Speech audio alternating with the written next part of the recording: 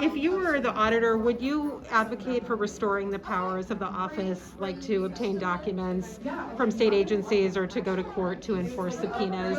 Or would you not try to? Because that's something that Rob Sand has talked about a lot, that if he's governor, he thinks that the auditor's office should have those powers that they had before 2023. So I was wondering what your thoughts are on that. Yeah, I mean, I think that, the auditor's office needs to have some checks and balances on it, and, I think where it's appropriate, they should be able to obtain documents, but there definitely need to be some, checks on that power to make sure that the rights and privacy of the citizens of Iowa are protected, and just make sure that we are treating the auditor's office and all the departments the same way we treat all the departments. Mm-hmm.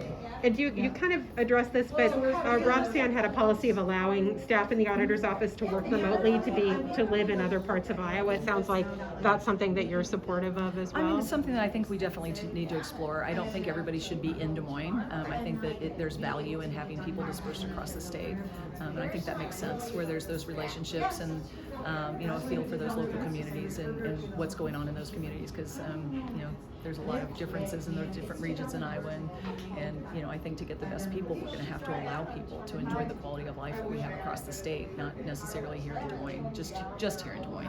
So just have options. You talked about the DOGE. I mean, would you continue the PI program, the Public Innovations and Efficiencies? Yeah, I think the auditor's office should absolutely continue working on government efficiency and helping local governments be a resource, provide some grant funding, and be a resource for implementing best practices to make government smarter and leaner. And you talked about if people steal public money, they should pay it back. Do you agree with Rob Sand that if people steal more than $10,000, that there should be some kind of mandatory prison time, or is your focus more on I don't know what paying Rob back? Sand is saying. It's legislation, but I think that there should be some accountability, and if you steal from the taxpayer, you should pay it back.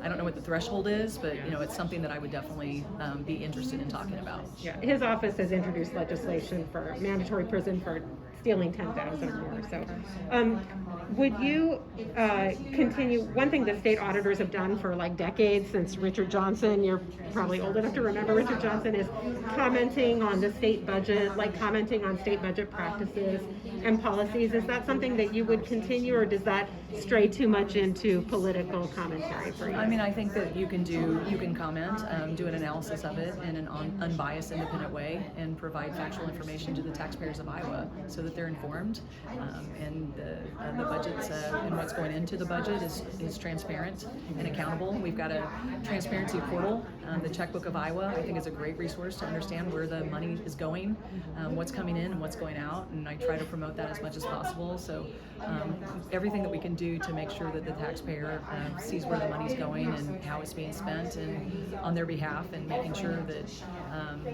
all the entities that take in the money and spend the money are doing it in the most efficient way possible. So. And would you try to audit the ESA program, or I not? gotta cut it off because we have another interview that she needs to get to, and I want to be respectful of her time as well. I just wanted to ask that last question. Yeah, so I mean, if there's a request, we'll audit any. If there's a concern, we'll certainly look at it. Okay, Yeah. thank you.